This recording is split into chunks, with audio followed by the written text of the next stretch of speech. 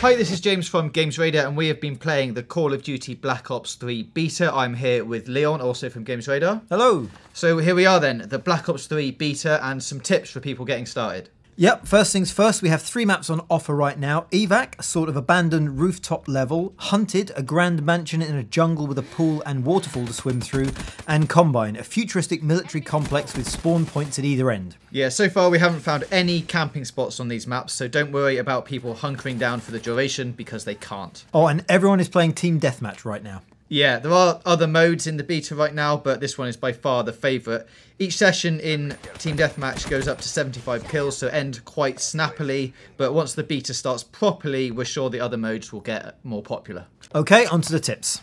Now, it hasn't even opened to the public yet, but we've already played against folk who are in excess of level 20, so they've been going at the game hard, and already know the layout of the 3 maps currently available.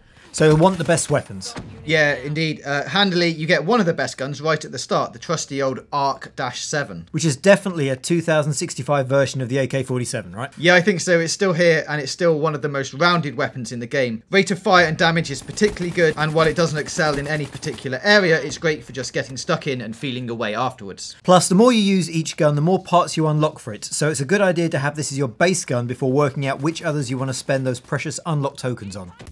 Next up, choose your unlocks carefully.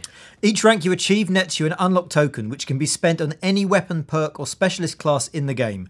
You start with a single token, so spend it on a specialist class. I went for Battlecry and War Machine my first time out. This will give you a tasty grenade launcher mid-fight, and after that, every rank brings you a new token.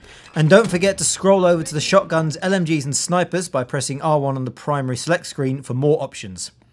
Tip 3 brings us to perks, which make a big difference. There are 3 perk slots open at the start, with a further 3 to be unlocked as you rank up. That's right, and you don't neglect your perks because they give you a big advantage in the fight. The Sixth Sense ability, for example, shows you where nearby enemies are on your minimap. Just don't forget that each new perk will cost an unlock token, so make sure you spend these on items as well as primary weapons that you may or may not end up using.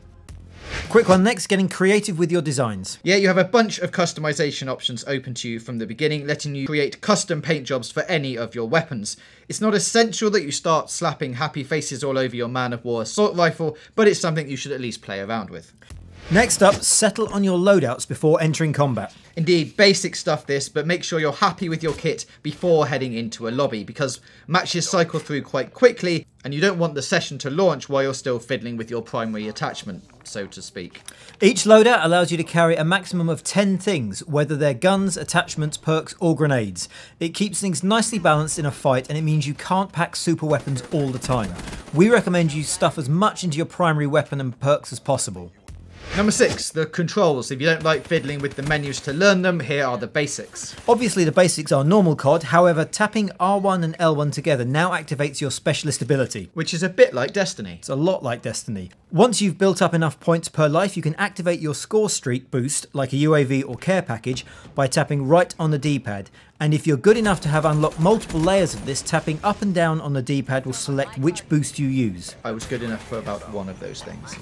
Moving on to number 7, and movement is still very, very different. Yeah, on the surface, this is still the fast-paced COD you're used to. You sprint, you crouch, you iron sight aim or hip fire. The jetpack enhanced movement options, though, make it feel quite different. Double tapping jump and holding the button down allows you to boost up or across distances. So, when you boost to a wall, you lock onto that wall as long as you're running on it. Once you want to get off, tapping X will boost you out and give you a larger jump than normal. It takes some getting used to, and you will kill yourself a lot.